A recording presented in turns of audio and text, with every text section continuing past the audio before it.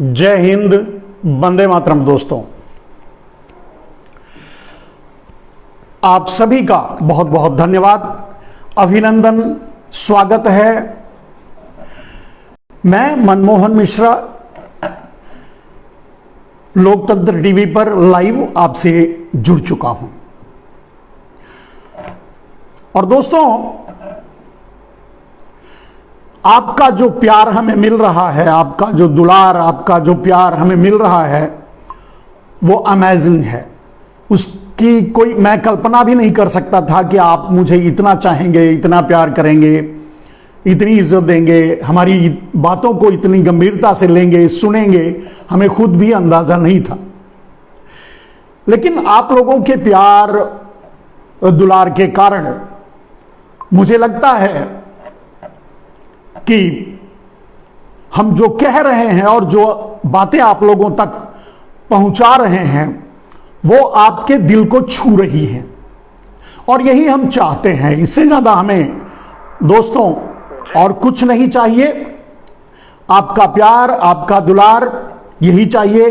तो लोकतंत्र टीवी से आप भी लोकतंत्र टीवी का एक यूट्यूब भी है, ये यूट्यूब पे भी आता है दूसरे दिन सुबह, तो उससे भी जुड़ जाइए और लोकतंत्र टीवी से जुड़ जाइए। आप अपने दोस्तों को भी शेयर करके उनसे भी जोड़ दीजिए, जिससे कि वो भी लोकतंत्र टीवी से जुड़ जाएं और उन तक भी ये लाइव पहुंच सके। दोस्तों, जैसा कि हम हमेशा कहते हैं, आप लोगों से प्रार्थना करते हैं कि मेहरबानी करके, कृपा करके, दया करके इसे लोगों तक शेयर कीजिए, लोगों तक पहुंचाइए।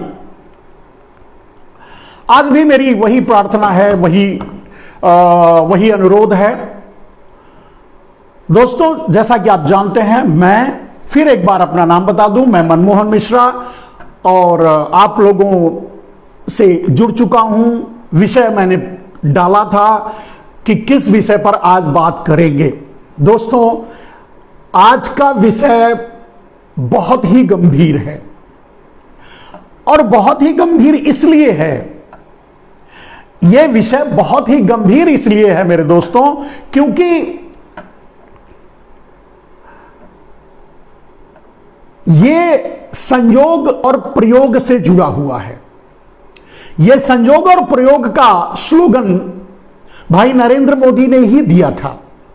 तो यह आज का जो विषय है वो संयोग और प्रयोग से जुड़ा हुआ है। दोस्तों, आप धीरे धीरे जुड़ रहे हैं। आप जैसे ही जुड़े, आप अपने टाइमलाइन पे इसे शेयर करके तब देखें। जब शेयर कर लेंगे तो आपके टाइमलाइन से जो भी गुजरेगा वो भी इसे शेयर भी कर सकेगा और उसे देख भी सकेगा, तो दोहरा फायदा होगा। यह अनुरोध मैं बार बार इसलिए कर रहा हूं, आपका समय इस अनुरोध में इसलिए लगाता हूं मेरे दोस्तों कि हमारे आपके पास कोई और दूसरा माध्यम नहीं है। और आज तो चुनाव आयोग ने ऐसा कर दिया है, भारतीय जनता पार्टी की साजिश में फंस करके, कि किसी के पास, बड़ी बड़ी पार्टियों के पास इसके अलावा, जो हम आपके सामने हैं, इसके अलावा और कोई साधन नहीं है। वो भी अब सोशल मीडिया पर ही डिपेंड है, क्योंकि जानते हैं, जैसे मान लीजिए कि भारतीय जनता पार्टी को तो गोदी मीडिया दिखाएगी, वो जो भी कहेंगे वो गोदी मीडिया दिखाएगी, वो नहीं कहेंगे तो भी दिखाएगी, बढ़ चढ़ करके एज ए प्रवक्ता की तरह। गोदी मीडिया का क्या काम है अब जानते हैं। अब और 90% से ज्यादा गोदी मीडिया है, आपको पता है। ज्यादातर चैनल अब अडानी अंबानी के हैं, तो वो किसके कहने पर क्या दिखाएंगे आप खुद समझ सकते हैं। दूसरे मीडिया थोड़े बहुत जो बचे हैं वो थोड़ा बहुत विपक्ष को भी दिखाएंगे, या दूसरी पार्टियों को, या हमको आपको भी दिखाएंगे। लेकिन इसके अलावा कहने का अर्थ यह है कि आज विपक्ष या दूसरी पार्टियां जो चुनाव लड़ रही हैं, उनके पास भी हमारे आपका ये जो साधन है, यानी सोशल मीडिया, इसके अलावा उनके पास भी अब कोई साधन नहीं है। वो भी हमारी आपकी तरह पैदल हो गए हैं। चुनाव आयोग ने मोदी के साथ साजिश रच करके उन्हें भी पैदल कर दिया है। अब वो जा नहीं सकते, रैलियां कर नहीं सकते, लोगों के घरों पर जाकर अपना चुनाव प्रचार कर नहीं सकते, वोट मांग नहीं सकते। तो सोशल मीडिया के अलावा, मतलब मोदी जनता पार्टी के पास तो बहुत बड़े चैनल्स के ग्रुप्स हैं, गोदी मीडिया का पूरा ग्रुप है, लेकिन दूसरी पार्टियों के पास हमारे आप जैसे सोशल मीडिया के प्लेटफॉर्म के अलावा कुछ भी नहीं है। तो हमारे और आपके पास जो है वो बड़ी बड़ी पार्टियों के पास, उनको भी यही सहारा है अदर देन बीजेपी। मैं ये बताना चाहता हूं। तो दोस्तों, अब अपनी असली बात पर मैं देख रहा था आप बड़ी तेजी से जुड़ रहे हैं, बहुत बहुत फिर से आपका अभिनंदन है, आप जुड़ रहे हैं। दोस्तों, मैं लास्ट में आज का वीडियो बहुत ज्यादा लंबा नहीं करूंगा, इसे जल्दी जल्दी शेयर कर दीजिए। कल का वीडियो मेरा बहुत ज्यादा लंबा हो गया था, 1 घंटे 18 मिनट का हो गया था। आज ऐसा नहीं करूंगा, ऐसी गलती नहीं करूंगा, आपको इतनी देर तक मैं बात के नहीं रखना चाहता।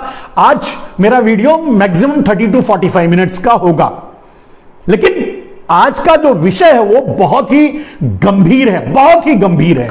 इस गंभीरता को आप समझेंगे क्योंकि ये देश की सुरक्षा से जुड़ा हुआ मसला जो मैं आज आपके सामने रखूंगा। देश की सुरक्षा को कैसे कंप्रोमाइज किया जा रहा है, कैसे देश की सुरक्षा को दांव में पर लगा करके चुनाव जीतने के जतन किए जा रहे हैं, इस बात पर मैं आज आपसे कहूंगा। लेकिन जो कहना है वो ये है, मैं कहना ये चाहता हूं आज कि भाई नरेंद्र मोदी का जो पूरा का पूरा कार्यकाल रहा है, जब वो मुख्यमंत्री बने थे तब से मैं कह रहा हूं, प्रधानमंत्री बनने के बाद तो रहा ही रहा है, जब वो मुख्यमंत्री बने थे तब से मैं कह रहा हूं, पूरा खून से सना हुआ, लाशों से पटा हुआ, बहुत ही भयानक रहा है। अब यही बात मैं आपसे कहना चाहता हूं कि ये संयोग था या प्रयोग, ये आपको तय करना है, आपको समझना है। और अगर जवाब दे सकें गोदी मीडिया के लोग, भारतीय जनता पार्टी के ट्रोलर, तो वो भी जवाब दे सकते हैं, वो भी सोच सकते हैं, लेकिन हमारी बातें उनको भी सोचने के लिए मजबूर कर देंगी। तो अब हम शुरू करते हैं मेरे दोस्तों आज का अपने प्रोग्राम का मूल विषय यह है कि आतंकवाद, दंगे फसाद, कत्लेआम का भाई श्री नरेंद्र मोदी से बड़ा गहरा रिश्ता रहा है, बड़ा गहरा संजोग रहा है आपस में। ऐसा कैसे होता रहा है? घटनाएं नरेंद्र मोदी के जरूरत के अनुसार हुई हैं। जैसे भारत में जितनी भी आतंकवादी घटनाएं हुई हैं वो नरेंद्र मोदी की जरूरत के अनुसार हुई हैं, चुनाव को देखते हुए हुई हैं, चुनाव को जितवाने के लिए हुई हैं। तो इसे संयोग कहेंगे या प्रयोग?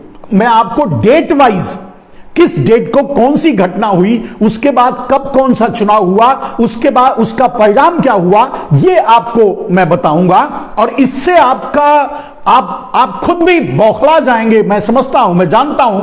बड़े धैर्य से इसको सुनिएगा, ये वीडियो को अधिक से अधिक लोगों तक पहुंचाइएगा, क्योंकि इसमें वो तथ्य हैं जो पूरे देश को हिला देंगे, पूरे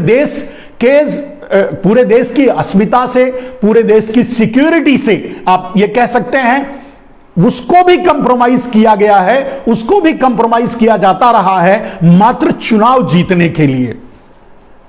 तो दोस्तों, अब हम आते हैं उस मुद्दे पर, जो घटनाएं हम आपको बताएंगे वो घटनाएं नरेंद्र मोदी के डायरेक्शन में और नरेंद्र मोदी के सुविधानुसार क्यों घटी, ये मैं कहना चाहता हूं। और मैं ये इसलिए कह रहा हूं, ये इसलिए भी पूछ रहा हूं, इसलिए यह सवाल उठा रहा हूं कि नरेंद्र मोदी और भारतीय जनता पार्टी, मोदी जनता पार्टी पर यह आरोप लग चुका है कि वो पेगासस स्पाईवेयर का प्रयोग करते हैं।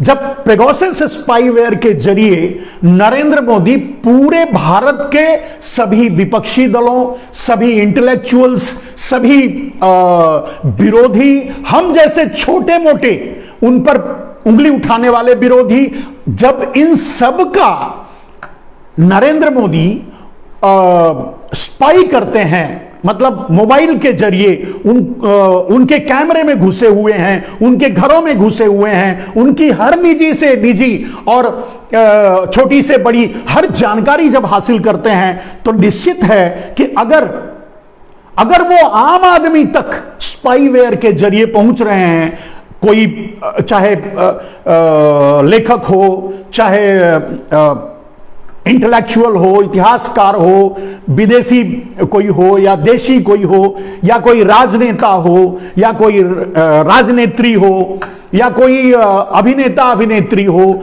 जो भी हैं उनको, जो जिनको कह सकते हैं कि वो स्टार हैं, उनको तो वॉच किया ही जा रहा है, हम जैसे आम आदमी को भी वॉच किया जा रहा है, तो पेगासस के जरिए वॉच किया जा रहा है। और इसको नरेंद्र मोदी ने डिनाई भी नहीं किया। जब संसद में यह मुद्दा उठाया गया कि पेगासस स्पाईवेयर के जरिए आप किसी की जासूसी कैसे कर सकते हैं, किसी के निजता का हनन आप कैसे कर सकते हैं, तो इसे नेशनल इशू बना करके इसकी जांच भी नहीं करने दी, संसद में कोई जवाब भी नहीं दिया। इसका अर्थ यह होता है कि इनडायरेक्टली नरेंद्र मोदी ने यह स्वीकार किया कि हां, हम स्पाईवेयर रखते हैं, स्पाईवेयर का उपयोग करते हैं, क्योंकि स्पाईवेयर जो बेचते हैं वो सरकारों को ही बेचते हैं, तो हम स्पाईवेयर को रखते हैं, उपयोग करते हैं, ये उन्होंने डायरेक्टली इनडायरेक्टली स्वीकार भी कर लिया। तो दोस्तों, जब स्पाईवेयर नरेंद्र मोदी के हाथ में है, तो हम समझते हैं जब हमारे जैसे लोगों की, आम आदमियों की एक एक घटनाएं उनको पता हैं, तो आतंकवादियों की घटनाएं उनको कैसे पता नहीं होंगी, आतंकवादियों की चालें उनको कैसे पता नहीं होंगी, या होने वाले घटनाक्रम को वो कैसे नहीं समझ पा रहे हैं, और कैसे आतंकवादी घटनाएं हुई। तो इसका अर्थ अगर नरेंद्र मोदी के हाथ में, अगर तो है ही नहीं है, उनके हाथ में स्पाईवेयर है, पेगासस स्पाईवेयर है, जिसके जरिए हर एक मूवमेंट को जो नेशनल के खिलाफ यानी राष्ट्र के खिलाफ हैं या राष्ट्र के पक्ष में है, कम से कम नरेंद्र मोदी के विपक्ष में है, और यहां तक कि वो अपनी पार्टियों के लोगों की भी स्पाईवेयर के जरिए जासूसी की, यह भी सामने आया है। तो ऐसी स्थिति में फिर भारत में घटनाएं क्यों हुई, पहला सवाल।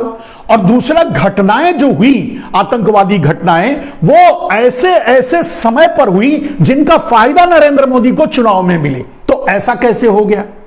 ये दोनों बातें बहुत खतरनाक हैं, जिसको आपको मैं समझाऊंगा सिलसिलेवार डेट वाइज, किस डेट को कौन सी घटना हुई, क्यों हुई, कैसे हुई, और उसका परिणाम क्या हुआ, उसका कहां प्रयोग किया गया, वो भी मैं बताऊंगा। तो दोस्तों, शुरुआत होती है नरेंद्र मोदी 7 अक्टूबर 2001, याद कीजिए 7 अक्टूबर 2001 को नरेंद्र मोदी एक्सीडेंटली, दूसरों को कहते हैं ना एक्सीडेंटल प्रधानमंत्री, एक्सीडेंटल वगैरह वगैरह, तो एक्सीडेंटली नरेंद्र मोदी को मुख्यमंत्री बना करके गुजरात भेजा गया, वहां वो मुख्यमंत्री बने। बात तो ऐसी भी है कि नरेंद्र मोदी में ऐसी कोई काबिलियत नहीं थी जिसके लिए उन्हें मुख्यमंत्री बनाया जाता, या भारतीय जनता पार्टी में क्या नरेंद्र मोदी के अलावा और कोई नहीं था जिसको मुख्यमंत्री बनाया जाता? यह बहुत बार मैं सवाल कर चुका हूं, पूछ चुका हूं, बोल चुका हूं। तो इनको ही क्यों बनाया गया? क्योंकि इनके पीछे अमेरिका, चीन के उद्योगपति, पूंजीपति, माने विदेशी पूंजीपतियों के अलावा देसी पूंजीपतियों का हाथ था। वो इन्हें चाहते थे कि इन्हें मुख्यमंत्री बनाकर भेजा जाए, इसलिए इन्हें मुख्यमंत्री बना के भेजा गया। इतराज मुझे इस बात से नहीं है, और आश्चर्य यहां भी नहीं है। आश्चर्य की बातें मैं आगे बताऊंगा जो धमाकेदार हैं। तो 7 अक्टूबर 2001 को इनको मुख्यमंत्री बनाया जाता है। मेरे दोस्त, उस समय गुजरात में भूकंप आया हुआ था, पूरा गुजरात पीड़ित था उससे। कम से कम भुज जैसा जगह तो एकदम तबाह हो गया था, तो वहां तबाही मची हुई थी। उस पीरियड में इनको एक्सीडेंटली, इसलिए मैंने कहा कि मुख्यमंत्री बने थे, उस पीरियड में इनको मुख्यमंत्री बनाकर भेजा गया था। ये गए वहां काम करना शुरू किया। अब आप समझ सकते हैं कि 5 या 6 महीने में ऐसा कौन सा परिवर्तन नरेंद्र मोदी ला देते, या कोई भी पार्टी, कोई भी मसीहा, कोई भी पहुंच जाता, तो ऐसा कुछ भी नहीं कर पाता, क्योंकि पीड़ित थे, बहुत से लोग उजड़ गए थे, लोग दब के मर गए थे, बहुत बड़ी आपदा हुई थी, बहुत बड़ा भूकंप आया था। आपने देखा होगा उस समय के, तो उसमें ऐसी कोई बात नहीं कर पाएगा कोई भी नेता। मुख्य नरेंद्र मोदी की जगह कोई और भी जाता तो भी वो इससे ज्यादा कुछ नहीं कर पाता। मैं इस पर सवाल नहीं उठाता कि उन्होंने क्या किया क्या नहीं किया, सवाल दूसरा है। तो ये वहां राजकाज चलाने लगे पूंजीपतियों के इशारे पर, पूंजीपतियों के कहने पर भेजे गए थे। लेकिन सवाल यह उठता है कि 5-6 महीने में कुछ नहीं करते तो फिर से ये मुख्यमंत्री चुनकर कैसे आते। याद कीजिए 7 अक्टूबर 2001 को इन्होंने गुजरात का मुख्यमंत्री काल संभाला, गुजरात की कुर्सी पर बैठे। ठीक लगभग थोड़े ही दिन बाद, लगभग 5-6 महीने के बाद गोधरा की घटना हो जाती है। आप ध्यान से सुनिएगा, सिर्फ 6 महीने के बाद गोधरा की घटना हो जाती है। गोधरा की, अब आप समझिए कि इतने सबल मुख्यमंत्री और इतने सबल और सफल कार्य करने वाले भाई नरेंद्र मोदी उस घटना को क्यों नहीं कंट्रोल कर पाए, यह बहुत बड़ा सवाल खड़ा होता है। वो घटना हुई क्यों? सुपरमैन मुख्यमंत्री थे अपने आप को कहते हैं, लेकिन ध्यान देने वाली बात यह है कि यह घटना 5-6 महीने के बाद ही घट जाती है। शायद फरवरी में, अक्टूबर में ये गए थे और शायद फरवरी में 27 फरवरी को शायद ऐसा ही कुछ होगा जब यह गोधरा कांड होता है। अब मेरा सवाल यह उठता है कि यह घटना घटी क्यों? इतने सबल मुख्यमंत्री के रहते हुए बात यहां भी कोई फर्क नहीं पड़ता। आतंकवादी घटनाएं कहीं भी हो सकती हैं, कभी भी हो सकती हैं, लेकिन ये तो सबल मुख्यमंत्री थे, घटना कैसे घटी? लेकिन जो आगे की बात है सबसे गंभीर वो विषय है, आगे का विषय सबसे गंभीर है। और ठीक घटना होती है, घटना के जांच में कितनी लीपापोती हुई आप खुद जानते होंगे। घटना क्यों हुई, कैसे हुई, इस पर मैं आज नहीं बोलूंगा, लेकिन यह घटना हुई क्यों? और नरेंद्र मोदी के ठीक बाद में 5 महीने के बाद, 6 महीने के बाद यह घटना हुई क्यों? चलिए, हो गई। नरेंद्र मोदी के लिए कहा जाता है कि इन्होंने कंट्रोल नहीं किया, इन्होंने जानबूझकर दंगा करवाए, जिसमें कहा जाता है कि 2000 से भी ज्यादा लोग मारे गए, जिसमें हिंदू और मुसलमान दोनों थे। मुझे इस बात पे भी कोई हैरानी नहीं है और इस बात पे भी सवाल नहीं है। सवाल यह है मेरे दोस्तों कि ठीक 6 महीने बाद गुजरात में चुनाव था। ठीक 6 महीने बाद, इस घटना के ठीक 6 महीने बाद गुजरात में चुनाव हुआ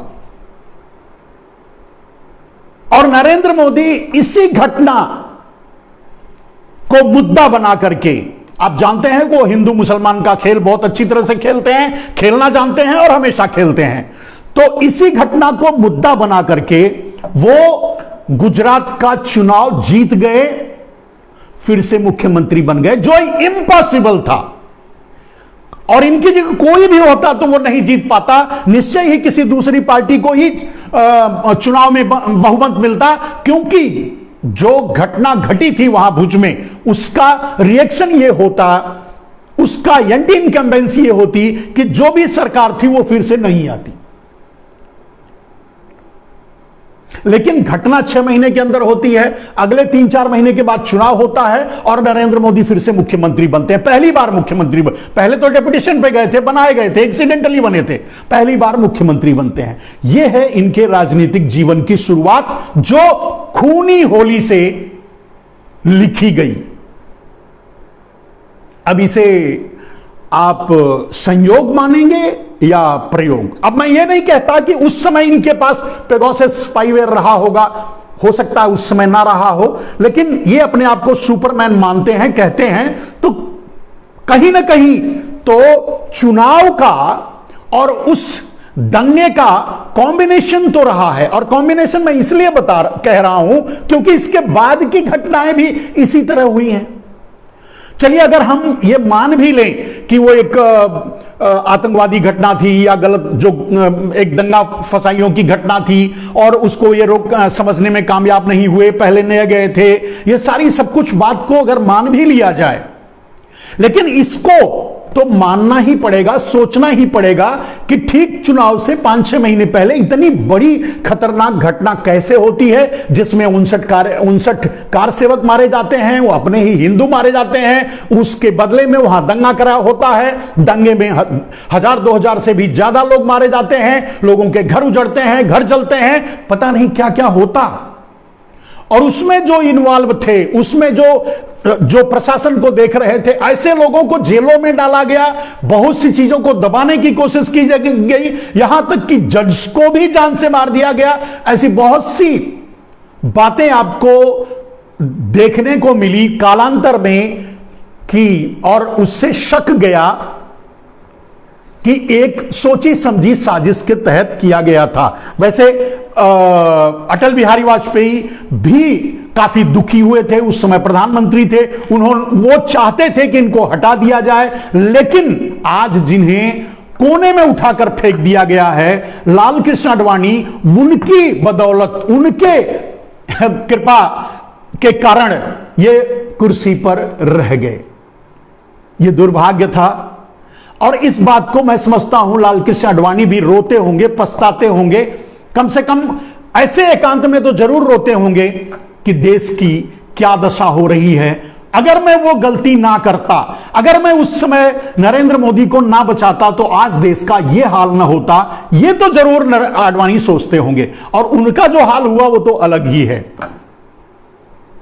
चलिए थोड़ा आगे बढ़ते हैं मेरे दोस्त। अब ये सवाल एक इनके राजनीतिक जीवन की शुरुआत है।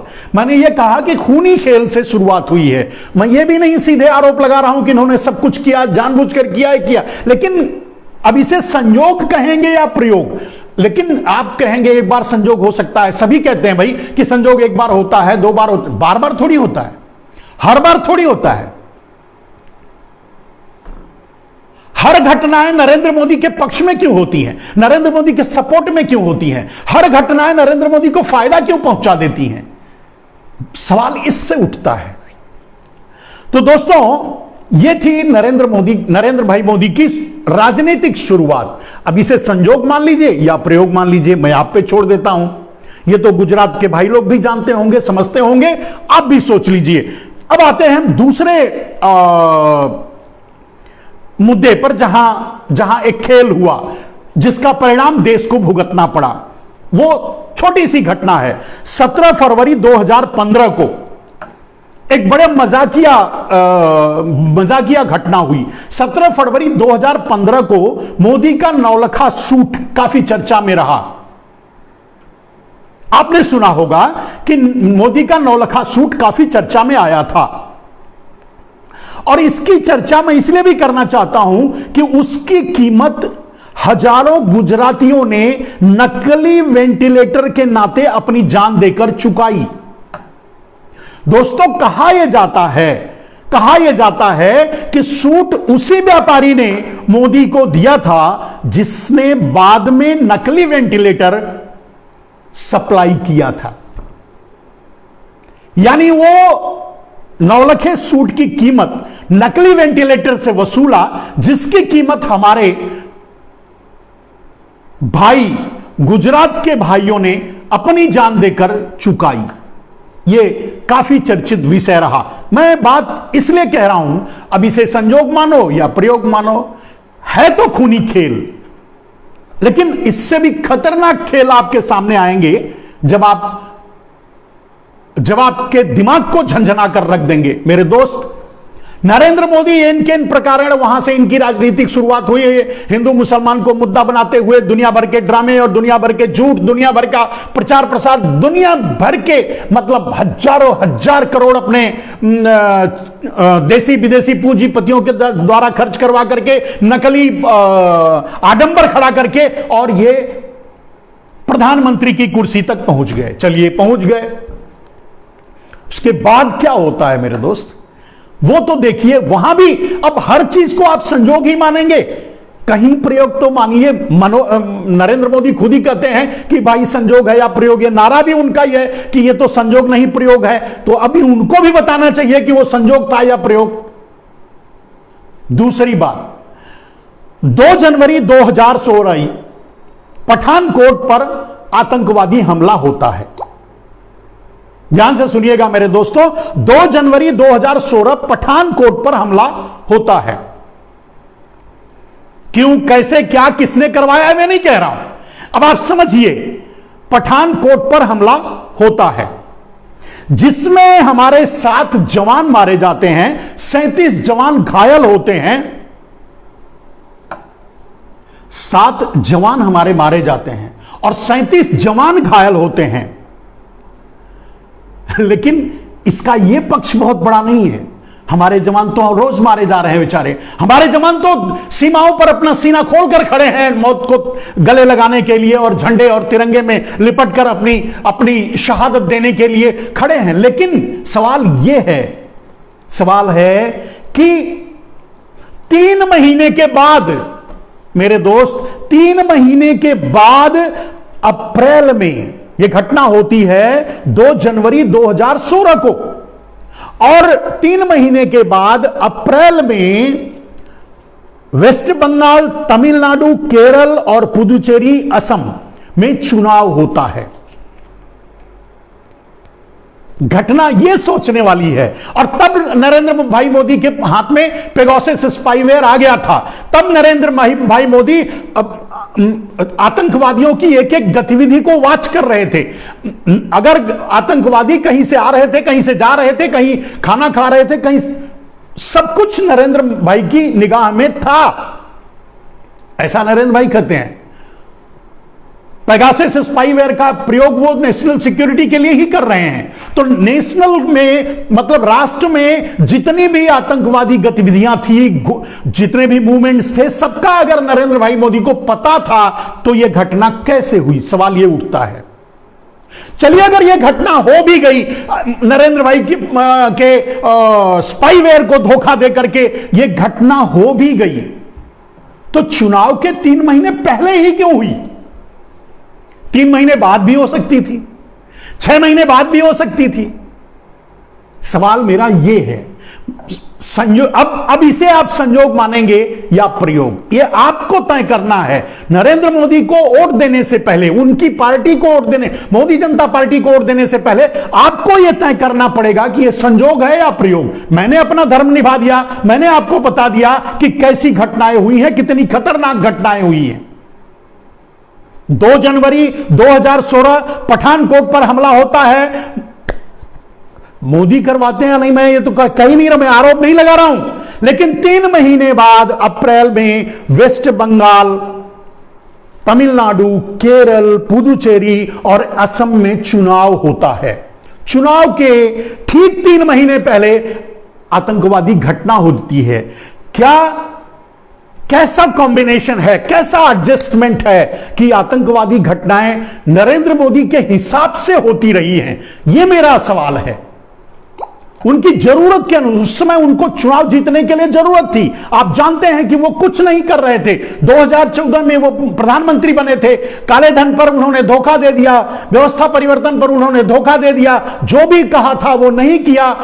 किसी भी चीज को जब नहीं किया, लेकिन चुनाव तो उनको जीतना ही था, तो ये घटनाओं का कॉम्बिनेशन, ये घटनाएं उसी समय क्यों हुई, कैसे हुई, जबकि नरेंद्र भाई के पास पेगासस स्पाईवेयर भी था, हर मोमेंट वो जानते थे, तो ये घटना कैसे हुई?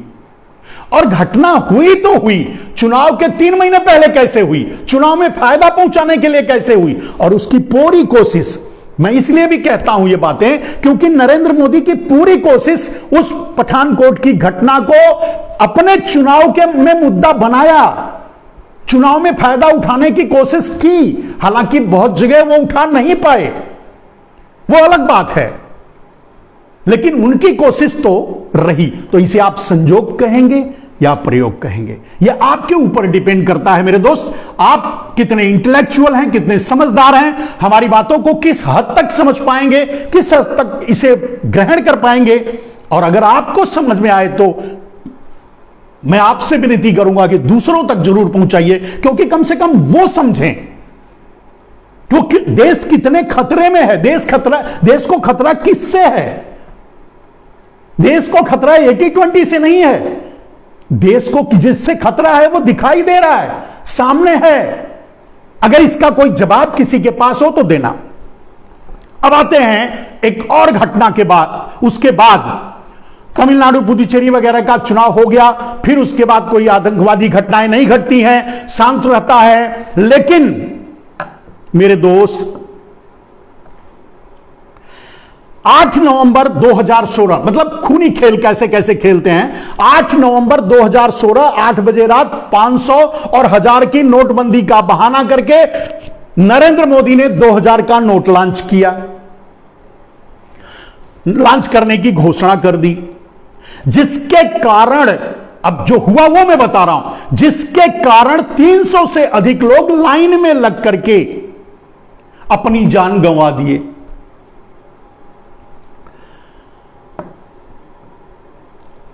देश की अर्थव्यवस्था तबाह हो गई।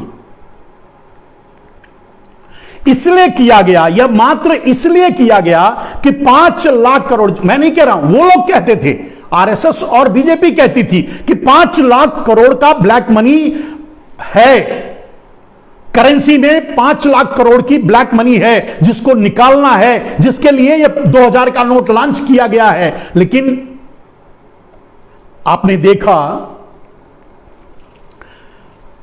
कि पूरा पैसा आरबीआई के पास पहुंच गया। ब्लैक मनी कहां गई? अब ब्लैक मनी जहां गई तहां गई, कभी और मैं बताऊंगा। लेकिन जो हमारे 300 से अधिक अपने भाई बहन मारे गए लाइन में खड़े होकर के, उसे आप क्या कहेंगे? उसे आप कैसे जस्टिफाई करेंगे? मेरे दोस्त, इससे भी बड़ी खतरनाक घटना तब होती है थोड़े दिन बाद, उरी हमला। उसके बाद होता है अगला आतंकवादी हमला, उरी हमला। आपने बहुत इसे चर्चित हमला है, इसे आपने भी सुना होगा, देखा होगा, मीडिया में देखा होगा। उरी हमला 18 सितंबर 2016 में उरी हमला होता है। उरी हमले में 16 जवान, हमारे भारतीय 16 जवान शहीद हो जाते हैं। अब बोलिए ऐसा कैसे हो गया? हमारे 16 जवान उरी हमले में शहीद होते हैं। चलिए, हमला हो गया होगा। नरेंद्र मोदी का पेगासस स्पाईवेयर भी फेल हो गया होगा, हम ये भी मान लेते हैं, सब कुछ मान लेते हैं। लेकिन अब इसे संयोग कैसे मान ले मेरे दोस्त? क्योंकि 6 महीने बाद, ठीक 6 महीने बाद, मैंने कहा कि 3 से 6 महीने के अंतराल में ही इनकी घटनाएं, ये सारी आतंकवादी घटनाएं और ये सब हुई हैं। तो ठीक 6 महीने बाद उत्तर प्रदेश सहित जो अभी चुनाव हो रहा है, 5 राज्यों में अभी जो चुनाव हो रहा है, अभी उस समय वो हो रहा था 5 साल पहले 2017 में, ठीक 6 महीने बाद। घटना कब घटी? 18 सितंबर को। अक्टूबर, नवंबर, दिसंबर, जनवरी, फरवरी, मार्च, फरवरी में चुनाव होता है ना, ठीक 6 महीने बाद। और यही चुनाव जो अभी आप वोट देने जा रहे हैं, उत्तर प्रदेश, शायद मिजोरम और पंजाब, उत्तराखंड, यही 5 राज्यों में चुनाव था। अब आप बताइए मेरे दोस्त, ठीक 6 महीने पहले यह कैसा संयोग है मेरे दोस्त कि सारी आतंकवादी घटनाएं नरेंद्र मोदी के मीटर के अनुसार, नरेंद्र मोदी की जरूरत के अनुसार हुई हैं। ऐसा कैसे हुआ है? ऐसा संयोग कैसे हुआ है? अगर यह संयोग था तो कैसे हुआ? अगर यह प्रयोग था तो नरेंद्र मोदी को इसका जवाब देना चाहिए। अब इन घटनाओं से आप आंख बंद कर सकते हैं, आप इसको इग्नोर कर सकते हैं, इसे भूल सकते हैं, क्योंकि हमारे जवान तो मरने के लिए ही खड़े हैं। उन पर आपको दया आए ना आए, लेकिन अपने देश पर तो दया आनी चाहिए। इस तरह के षड्यंत्र को लोगों के सामने ले जाना चाहिए, लोगों को बताना चाहिए कि आखिर ऐसा क्यों हो रहा था। मेरे दोस्त, ये सारी घटनाएं, जितनी घटनाएं मैं बता रहा हूं, ये संयोग नहीं कह सकते आप, इसे प्रयोग ही कहा जाना चाहिए। लेकिन यह आपको तय करना है कि यह संयोग था या प्रयोग। तो उरी घटना का आपने देख लिया, 6 महीने बाद चुनाव उत्तर प्रदेश में था वहां, और इन्होंने उत्तर प्रदेश के चुनाव, उत्तर प्रदेश सहित 5 राज्यों के चुनाव में उरी घटना का खूब प्रयोग किया। पोस्टर बैनर पर 56 इंच का सीना, देश का रखवाला वगैरह वगैरह करके। कहने का मतलब यह है कि कहीं ऐसा तो नहीं कि क्या यह प्रयोग ही था। और प्रयोग इसलिए कहा जा रहा है क्योंकि आखिर हर 3 से 6 महीने पहले, चुनाव से पहले घटनाएं क्यों हुई हैं? आगे क्यों नहीं हुई, पीछे क्यों नहीं हुई, बाद में क्यों नहीं हुई? आतंकवादी घटनाओं का कॉम्बिनेशन, घटनाक्रमों का कॉम्बिनेशन नरेंद्र मोदी के चुनाव से क्यों मेल खाता रहा, जरूरत के अनुसार क्यों हुआ? पेगासस स्पाईवेयर के बाद भी इतनी कड़ी सुरक्षा, इतना सफल प्रधानमंत्री होने के बाद भी ऐसा क्यों होता रहा? मेरे दोस्त, यह आपको सोचना पड़ेगा। थोड़ा और आगे चलते हैं। उत्तर प्रदेश का चुनाव 5 साल पहले जो हुआ था, अब हो रहा है, अभी आगे आते हैं। 1 जुलाई 2017 को एक सामान्य घटना है। 1 जुलाई 2017 को जीएसटी लागू किया गया। वादा था कि सिंगल विंडो, सिंगल टैक्स को लागू करेंगे, लेकिन नहीं किया। 28% तक का टैक्स लगा दिया। बचा खुचा व्यापार भारत फिर से तबाह हो गया। बिजनेस अडानी अंबानी, देसी विदेशी पूंजीपतियों के हाथ में चला गया। छोटे मझोले और मध्य वर्गीय जो व्यापारी थे, उनको समझ में नहीं आया जीएसटी, और वो बर्बाद हो गए। आपने देखा कि बहुतों ने परिवार सहित आत्महत्या की, कोई सुनवाई नहीं। इसे भी संयोग मान लीजिए। मेरे दोस्त, अक्टूबर 2018 मोदी ने 3000 करोड़ की पटेल की मूर्ति बनाकर दिया, जिसमें पटेल को मोदी ने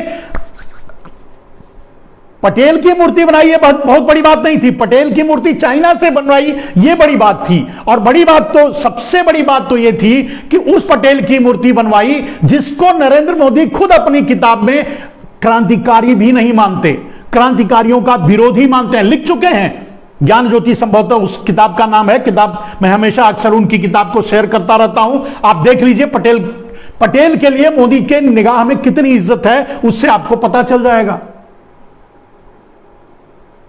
नरेंद्र मोदी ने अपनी उस किताब में पटेल को अय्यास तक कहा है, क्रांतिकारियों को अनाप शनाप बकने वाला भी कहा है, लिखा है। अब ये तो कोई मीडिया है दमदार, या कोई है जिसमें दो दम, जो नरेंद्र मोदी से सवाल कर सके कि ऐसा कैसे?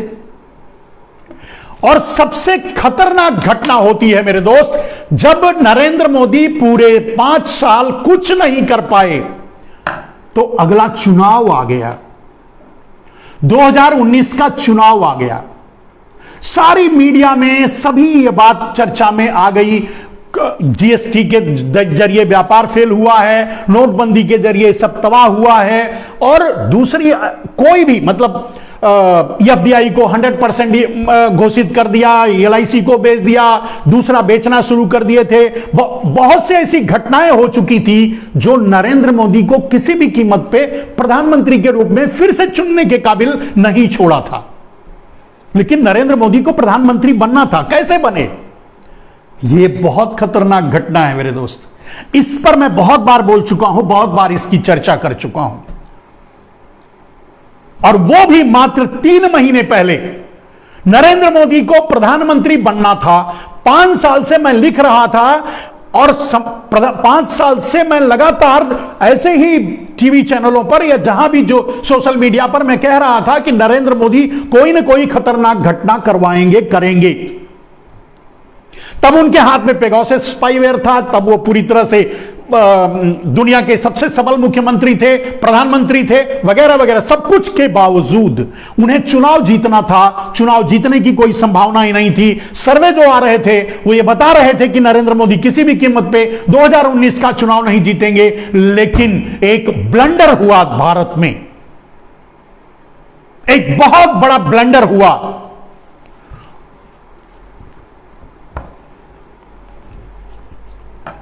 पुलवामा हमला एक बहुत बड़ा ब्लंडर है, जिसके कि आप जानते हैं कि नरेंद्र मोदी ने उसकी जांच भी नहीं होने दी। क्या हुआ, कैसे हुआ, कहां से आया आरडीएक्स, जो भी, ये सारी बातें अलग हैं। जो मैं बताना चाहता हूं वो ये बताना चाहता हूं मेरे दोस्त कि मैं 5 साल से बोलता रहा, क्योंकि मैं सोशल मीडिया से बोलता था, कोई सुनता नहीं था, या कोई सुन भी लेता था तो उतना उस बात को गंभीरता से नहीं लेता था। मैं कह रहा था कि कोई ना कोई आतंकवादी हमला भारत पे होगा नरेंद्र मोदी को चुनाव जितवाने के लिए। और फाइनली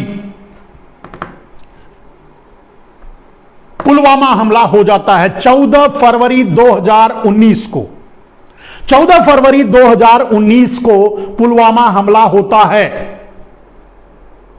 देश को चौंकना चाहिए था, देश को सवाल करने चाहिए थे, देश को स्तब्ध रह जाना चाहिए था, देश को इसे मुद्दा बनाना, बोलना, पूछना चाहिए था। कोई कुछ नहीं कर पाया, क्योंकि एक नकली राष्ट्रवाद का ढिढोरा पीट करके, क्योंकि सारे गोदी मीडिया है, सारा चैनल उनका है, नकली राष्ट्रवाद का ढिढोरा पीट करके उस बार भी यह प्रयोग उन्होंने सफल कर लिया। अब सवाल उठता है कि इतने ज्यादा पावरफुल प्रधानमंत्री रहते हुए यह घटना कैसे होती है। सारा स्पाईवेयर जैसी जासूसी इंस्ट्रूमेंट नरेंद्र मोदी के हाथ में रहते हुए उतना 300 किलो आरडीएक्स सीआरपीएफ तक कैसे पहुंचता है, कैसे ये आतंकवादी घटना होती है, एक सवाल है। सवाल सबसे बड़ा ये है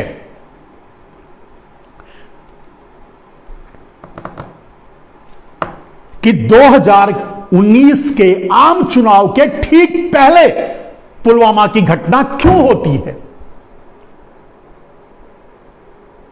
क्या आतंकवादियों का कॉम्बिनेशन, आतंकवादियों का टच, आतंकवादियों का क्या बोलते हैं, रिश्ता नरेंद्र मोदी से रहा है, या आतंकवादी, या जिन्हें आतंकवादी को कहते हैं कि आतंकवादी पाकिस्तानी हैं, ये हैं, वो हैं, तो क्या पाकिस्तान नरेंद्र मोदी को प्रधानमंत्री बनाना चाहता था? इस घटना के लिए जिम्मेदार कौन था पता नहीं चला। कुछ एक लोग पकड़े गए जो जमानत पर बाद में रिहा हो गए, आतंकवादियों के साथ पकड़े गए। मेरे दोस्त, ये एक बहुत बड़ी घटना थी और वहां मेरा शक बहुत पुख्ता हो गया कि नरेंद्र मोदी का रिश्ता आतंकवाद से है। सारे आतंकवादी नरेंद्र मोदी के जैसे नरेंद्र मोदी का जो डायरेक्शन है उससे काम कर रहे हैं। भाई देखिए, इस समय हमला मत करो, इस समय घटना मत करो, घटना को कन्वर्ट कर लो, थोड़ा टाइम दे दो, हमारा चुनाव आने वाला है, उससे पहले घटना कर देना, उसका फायदा हमको हो जाएगा। ये कैसे होता रहा मेरे दोस्त? यही मेरा सवाल है। आज का जो मेरा विषय है वो यही है कि ये सब संजोग रहा या प्रयोग। कोई पूछे या ना पूछे, इस घटना में बहुत बड़ा सच दफन है, जहां हमारे 44 सीआरपीएफ के जवान शहीद हो गए। और दुर्भाग्य, सबसे बड़ा जो दुर्भाग्य जो हुआ, जैसा कि मैं 5 साल से बोल रहा था, कि उन 44 शहीदों के लाशों पर खड़े होकर के नरेंद्र मोदी ने वोट मांगा। ये अपने चुनाव में मंचों से कहा कि हमारे शहीदों के नाम पे वोट, एक वोट हमारा, हमको मिलना चाहिए। कितनी बड़ी घटना थी मेरे दोस्त।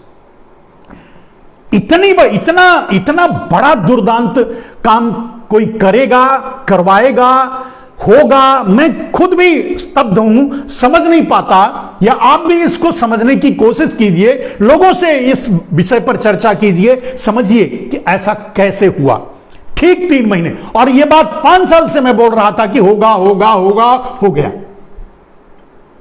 चुनाव नजदीक आ रहा था, जैसे जैसे मैं कह रहा था कि कोई ना कोई बड़ी घटना होगी, नरेंद्र मोदी के पास किसी बड़ी घटना के अलावा कोई रास्ता नहीं बचा है, वो चुनाव नहीं जीत पाएंगे। लोग कह रहे थे, देश कह रहा था, मीडिया कह रहा था, लेकिन सभी चुप थे और वो घटना हो गई। पुलवामा की घटना भुला देने वाली घटना नहीं है। उसके बाद बहुत सी नौटंकियां हुई, वो क्या कहते हैं, बॉल्टक का हमला वगैरह वगैरह, ये सारे कुछ, वो सब कोई मायने नहीं रह गया। हमारे 44 शहीद जवानों की लाशों पर खड़े होकर के, उनका पोस्टर लगवा करके, उस पर नरेंद्र मोदी ने वोट मांगा, देश ने उन्हें वोट दिया और देश ने फिर से उन्हें प्रधानमंत्री बना दिया। किसी ने यह सवाल नहीं किया कि आखिर ये 3 महीने पहले ही घटनाएं क्यों हुई। मेरे दोस्त, अगर मैं इतनी घटनाओं का जिक्र किया हूं और ठीक चुनाव के पहले अगर इतनी घटनाएं हुई हैं, तो ऐसा हर बार संयोग ही क्यों हो? इसे संयोग कैसे मानेंगे? नरेंद्र मोदी तो एक घटना को भी संयोग नहीं मानते, वो कहते हैं यह संयोग नहीं, यह प्रयोग है। आप कैसे मान लेते हैं? यह आपको वोट देने से पहले सोचना पड़ेगा। दोबारा दुर्भाग्य से फिर से वो प्रधानमंत्री बन गए। मेरे दोस्त, 23 फरवरी 2020 दिल्ली में ये हार चुके थे। चुनाव हुआ था दिल्ली में सारे हथकंडे इनके काम नहीं आए थे, दिल्ली हार चुके थे। तो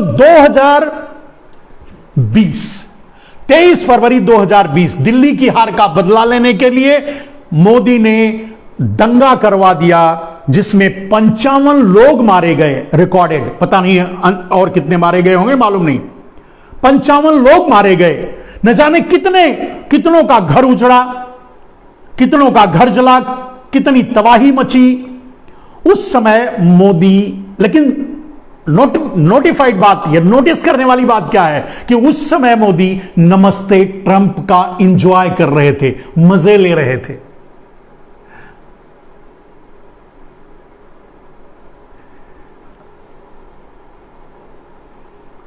ट्रंप का प्रचार कर रहे थे। एक बार फिर ट्रंप सरकार, ऐसा लग रहा था जैसे अमेरिका का चुनाव ये खुद ही लड़ने जाएंगे।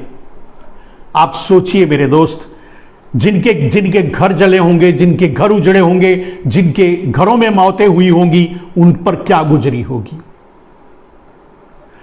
और वही वो समय था मेरे दोस्त, जब भारत में कोरोना एंट्री कर चुका था, पदार्पण कर चुका था। उस पर लगाम लगाने, कार्यवाही करने की बजाय नरेंद्र मोदी लोगों से ताली, जब नमस्ते ट्रंप से निपट लिए तो उसके बाद लोगों से ताली और थाली बजवाते रहे।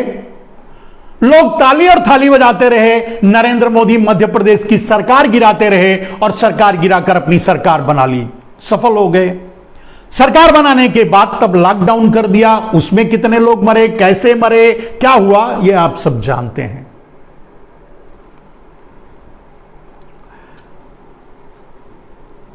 दोस्तों, आगे और घटना है। 15 जून 2020 को मोदी ने नहीं कहूंगा, 15 जून 2020 को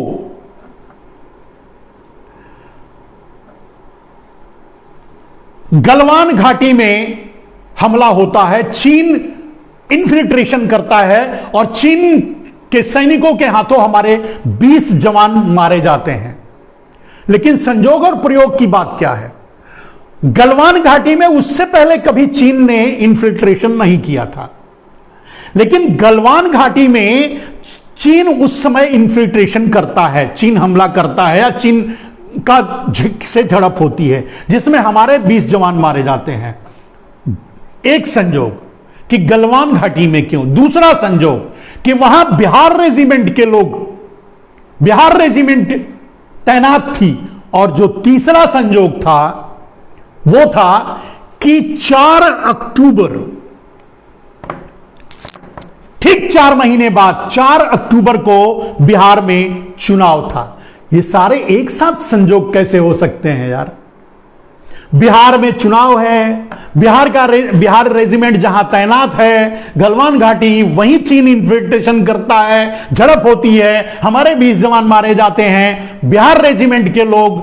और आपने देखा उसका क्या प्रयोग किया गया बिहार के चुनाव में। सब कुछ आप संजोग मान करके छोड़ देंगे? आप खुद सोचिए, आप खुद देख लीजिए, आप खुद तय कर लीजिए। मैंने इसीलिए आज ये कहा है कि आज आपको तय करना है कि सारी घटनाएं संजोग रही हैं या प्रयोग। अगर प्रयोग रही हैं तो इसका प्रतिकार आप कर सकते हैं। अब आपके पास हथियार है वोट का, उसका इस्तेमाल करके जवाब दे सकते हैं। आपने देखा किसान बिल, उसके बाद किसान बिल लाया गया। किसान बिल 2020 में लाया गया। 700 किसान, एक साल तक किसान धरने पर बैठे रहे, 700 हमारे किसान शहीद हो गए और नरेंद्र मोदी तपस्या करते रह गए। कहते हैं उनकी तपस्या में कोई कमी रह गई। 700 किसानों को मार करके, और किसानों ने तो अपने आत्महत्या में लेटर भी लिखा। अगर किसी आम आदमी के लिए यह लेटर लिखा गया होता तो वो तो उसकी पूरी उम्र जेल में गुजर जाती। लेकिन 700 किसान मारे गए। ये एक घटना है। लेकिन आश्चर्यजनक और भी बहुत सी बातें हैं कि उन किसानों को नरेंद्र मोदी किसान मानने के लिए तैयार नहीं थे। यहां तक कि उन्हें इंसान भी नहीं माना। अगर मान लीजिए किसान नहीं माना, अगर मान लीजिए मित्र नहीं माना, अगर मान लीजिए अन्नदाता नहीं माना, अगर उन्हें इंसान ही मान लेते। आप जानते हैं, हम जानते हैं, हमारी सभ्यता ऐसी है कि कहीं जा रहे होते हैं, एक मुर्दा मतलब एक आदमी मरा होता है तो हम खड़े हो जाते हैं, उसे ट्रिब्यूट करते हैं, उसे झुककर सलाम करते हैं और फिर आगे जाते हैं। नरेंद्र मोदी ने उन 700 किसानों को, किसान तो क्या बाकी उनको परजीवी कहा, आतंकवादी कहा, खालिस्तानी कहा, वगैरह वगैरह वगैरह, टुकड़े टुकड़े गैंग कहा, सब कुछ कह डाला, लेकिन किसान नहीं माना। यहां तक कि बाद में इंसान भी नहीं माना, उन्हें श्रद्धांजलि तक भी नहीं देने दी संसद में। अब इससे बड़ा क्या करते? आप उन्हीं नरेंद्र मोदी और मोदी जनता पार्टी को वोट देने जा रहे हैं मेरे दोस्त।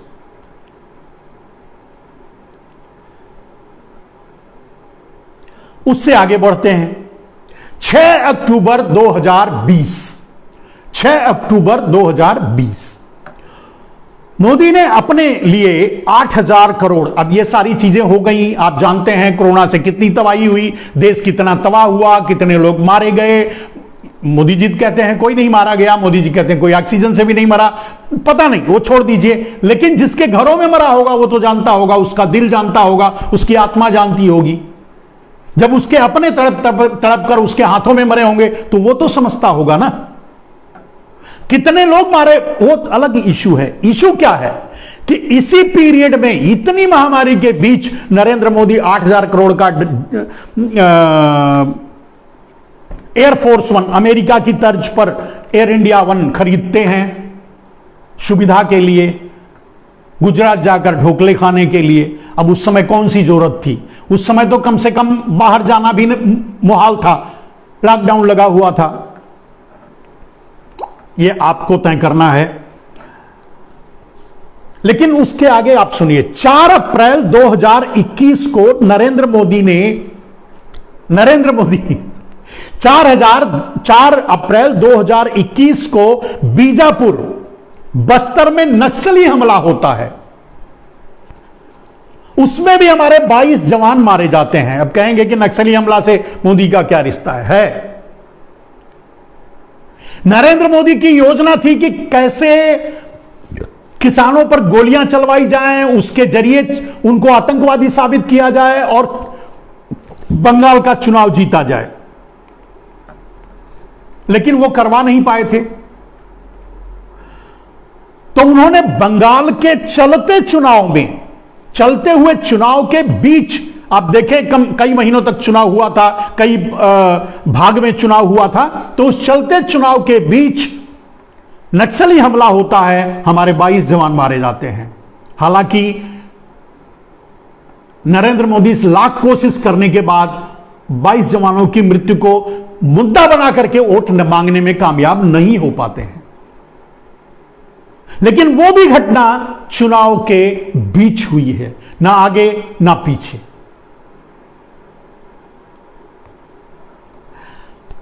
दोस्त, आपने देखा कि इन सारे देश तबाह हो गया, 23% जीडीपी डाउन चली गई, गरीबी, महंगाई, भूखमरी, हम बांग्लादेश, नेपाल और अपने आसपास के देशों से पीछे चले गए, बेरोजगारी 47 साल पीछे। सब कुछ होने के बाद भी 22,000 करोड़ का नरेंद्र मोदी अपने लिए घर बनवाते हैं।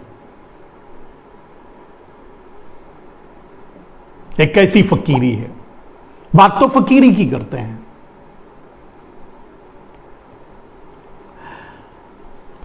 मेरे दोस्त, अगर जनरली कहा जाए तो 400 लाख करोड़ का धन गायब हो गया, 400 लाख करोड़ का नाम लेकर के, ब्लैक मनी का नाम लेकर ये चुनाव में वोट मांगे थे, वोट मांग रहे थे, लेकिन आते ही ना तो वो लिस्ट भी गायब हो गई, धन भी गायब हो गया, क्या हुआ पता नहीं।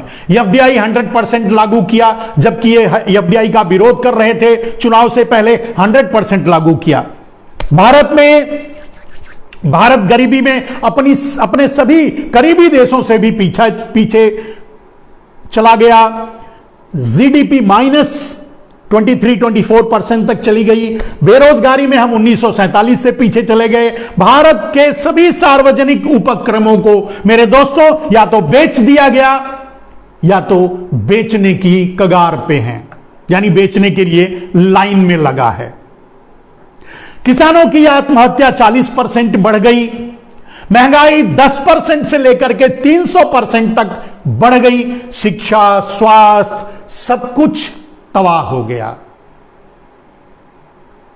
मेरे दोस्त, अब सवाल यह उठता है, जो मैंने इतनी देर तक आप लोगों तक बातों को पहुंचाया, तो क्या सारी घटनाएं देश में नरेंद्र मोदी के हिसाब से होती हैं? चाहे वो आतंकवादी घटनाएं हो, चाहे वो मौत के कारण हो, जो भी होता है वो नरेंद्र मोदी के हिसाब से, जरूरत के अनुसार होती हैं। अगर नहीं तो ये संजोग है या प्रयोग?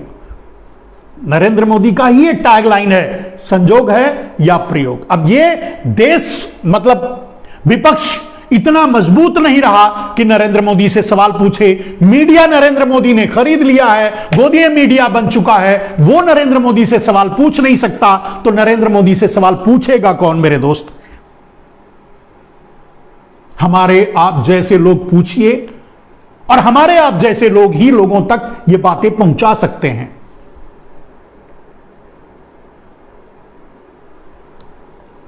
दोस्तों, ये सारी बातें, ये सारी घटनाएं सिलसिलेवार, क्रमवार चुनाव से जोड़ करके मैंने इसलिए बताई कि सामने आपके चुनाव है। आप वो सवाल कर सकते हैं तो कीजिए, अगर नहीं कर सकते हैं तो कम से कम वोट देते समय सोच लीजिए कि आप किसको वोट दे रहे हैं। क्या आप पुलवामा के हत्यारों को वोट देंगे? क्या आप उरी के हत्यारों को वोट देंगे? क्या आप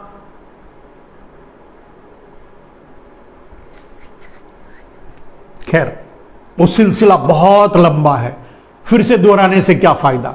लेकिन सोचना, कम से कम और नहीं तो अपने 700 किसानों को वोट देते समय याद रखना, जिनमें से कुछ तो अपने नरेंद्र मोदी के नाम पत्र भी लिखकर गए हैं कि वो उनके कारण आत्महत्या कर रहे हैं।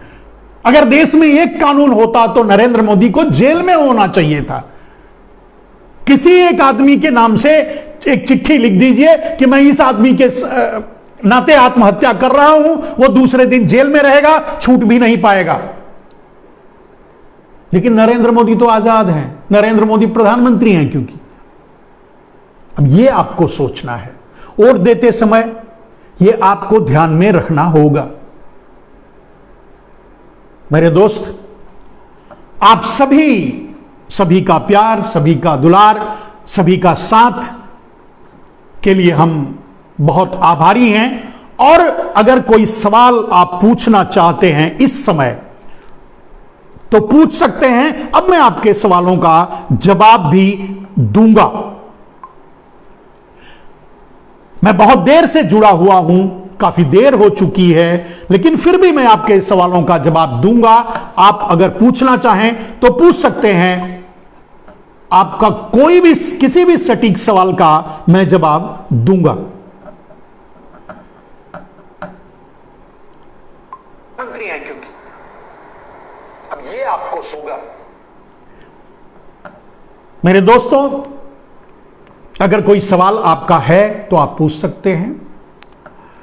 और मैं समझता हूं कि जो भी मैंने आप लोगों के सामने रखा उस पर कोई सवाल नहीं हो सकता।